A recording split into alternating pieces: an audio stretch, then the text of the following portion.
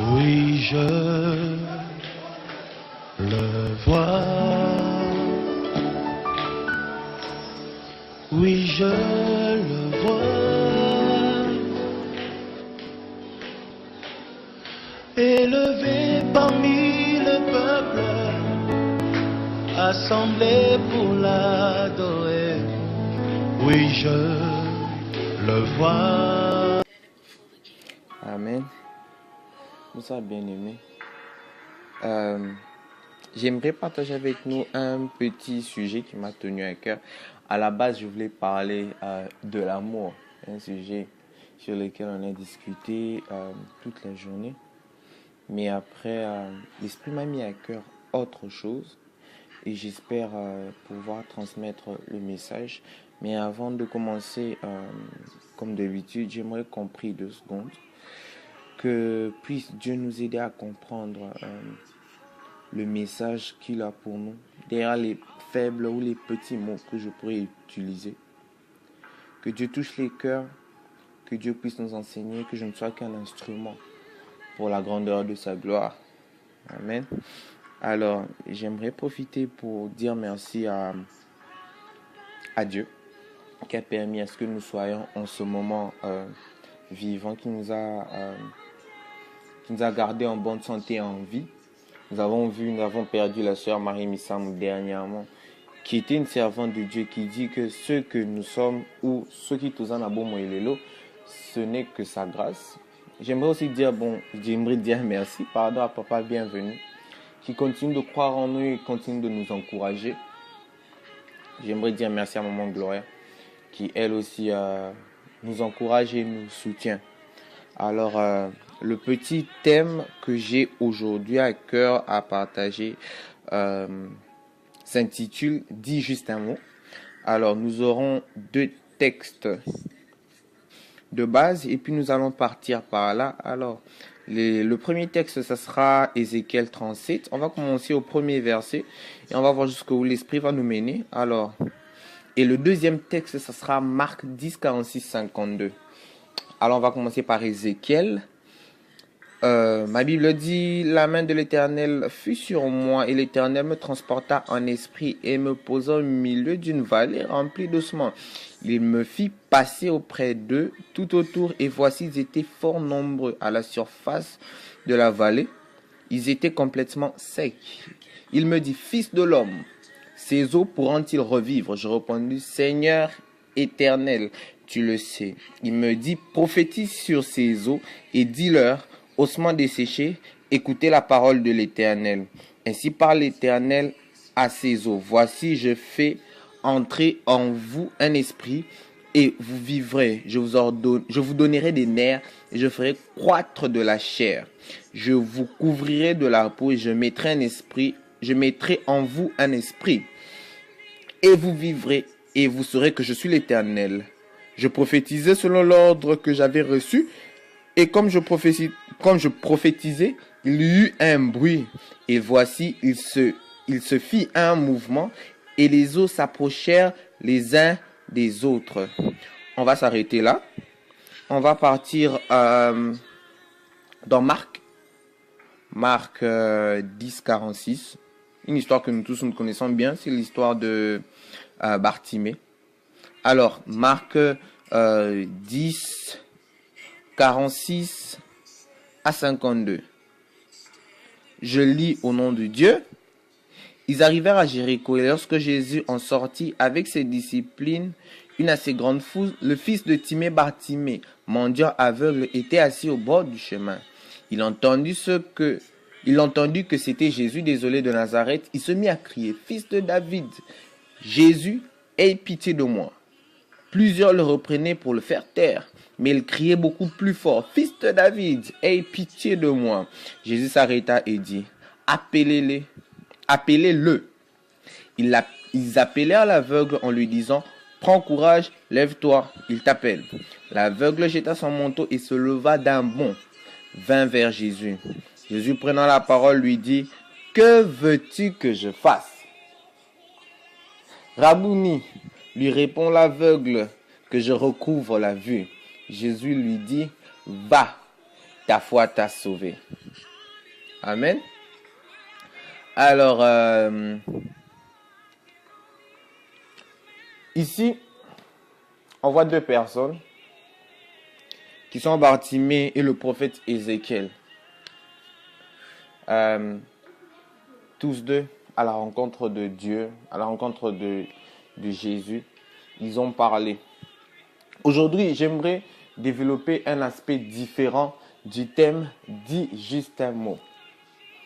Il n'y a pas très longtemps, papa était ici. On était en train de prier. On priait, il nous poussait à l'intercession. Il disait priez. Les gens arrêtaient de prier. Les gens priez 30 secondes et puis ils arrêtent. Il dit priez, les gens prient 30 secondes et puis ils arrêtent et puis ils s'arrêtent. Il dit vous savez quoi? Il n'y a pas meilleur prophète de votre vie que vous-même. J'étais choqué. J'ai fait comment ça? Business c'est le garaba prophète. Business c'est le garamutu moko nzambe alobelo pour nzambe alobelayo. Mais il a dit non. Il n'y a pas meilleur prophète pour toi pour ta vie que toi-même. Alors ce matin, j'étais en train d'essayer de méditer et puis cette parole m'est revenue à l'esprit. En lisant ces deux versets, j'ai dit que c'était vrai.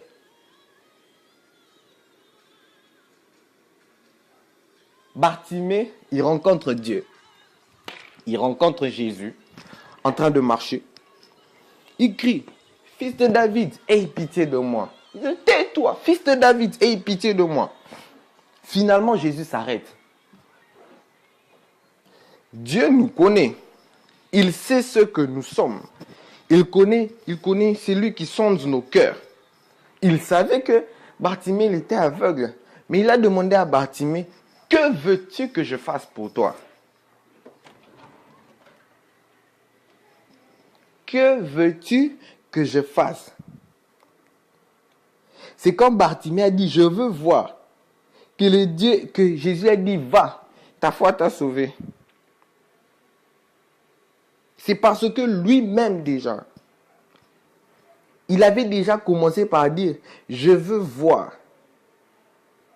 Aujourd'hui, bien-aimé, n'attends pas que le prophète Moko Ayarouye Bisayo, tu es grand, tu seras grand. N'attends pas que Chef vienne te dire, tu seras béni dans ta vie. Non, toi-même déjà commence à dire, bien-aimé, Olukinzambe Bele, Olukinzambe na 2014, Olukinzambe na 2015. 2016, Nzamba Telemi. Il a entendu tes prières. Il a entendu combien de fois au Léli. Il a entendu. Maintenant, il te dit, qu'est-ce que tu veux que je fasse?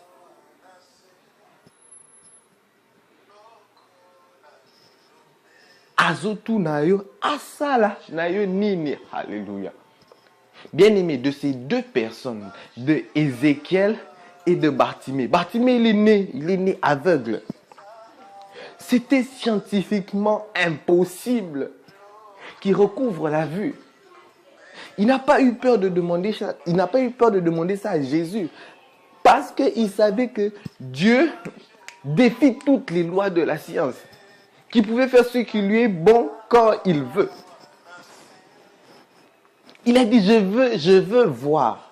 Hein? Je veux voir.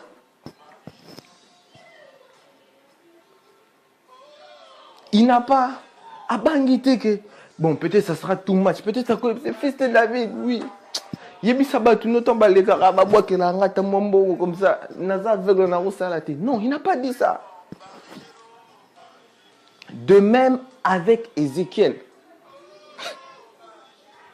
Dieu lui demande, est-ce que ces eaux pourront revivre? Il a dit, tu le sais Seigneur. Et puis après, il a prophétisé les os, la chair, la peau. Ça commence à se reformer. C'est scientifiquement impossible. Ça ne peut pas se faire. Dieu n'attend pas que la situation de ta vie soit scientifiquement faisable. soit humainement faisable pour qu'il commence à te bénir. Non, il s'est arrêté aujourd'hui. Et il te demande, qu'est-ce que tu veux que je fasse pour toi? Kobangate. Ndeko, osambeli mingi. Comme Bartimon disait, tais-toi. Osambeli mingi. Pendant que tes amis se moquaient de toi, pendant que tes amis, tais-toi, pendant que tes amis, tika maramboye souana, tika maramboye suzo futate, yaka togoma tokota na loge, yaka okoma homosexuel, yaka obimana professeur wana, yaka obimana papa wana akopé sombongo. Tu n'as pas voulu faire ça. Ce que tu as fait, tu t'es accroché, tu as crié. Fils de David, aie pitié de moi. Olali na sepe mingi, bien-aimé. Aujourd'hui, Jésus, il s'est arrêté pour toi. Il te demande, qu'est-ce que tu veux que je fasse? N'aie pas peur. Ézéchiel pouvait dire, Seigneur, tu sais, non, ils sont morts, c'est fini. Les autres, ça pouvait être, tu vois, limite encore Lazare. Mais il n'a pas... Tout ça. Non. Les Lonzamba Telemi, il te dit prophétise sur ta vie. Commence à prophétiser. Que ta prophétie ne te fasse pas peur. Tu veux des millions, demande des millions à Dieu. Demande à Dieu l'impossible, car c'est le Dieu de possible. Rien ne lui est impossible. Alors, il va faire que ton impossible devienne possible. Bien aimé, je veux que tu comprennes quelque chose. Ce qui se passe avec toi, quand c'est impossible, quand ça sort de ta bouche, humainement, c'est impossible. Mais du fait que c'est sorti de ta bouche et que il transforme l'impossible qui sort de notre bouche en possible juste pour Ayoki. Et il te dit, prophétise. Il t'a prophétisé. Du fait que c'est sorti de ta bouche. Et continue à l'itourner, prophétise. Comment t'es bien-aimé? Vas-y, prophétise pour ta vie. Que ce qui t'était impossible en 2014, en 2015, qu'en 2016, ça te soit possible. Aujourd'hui, crie. Aujourd'hui, demande ce que tu veux. Parce que Dieu s'est arrêté pour toi.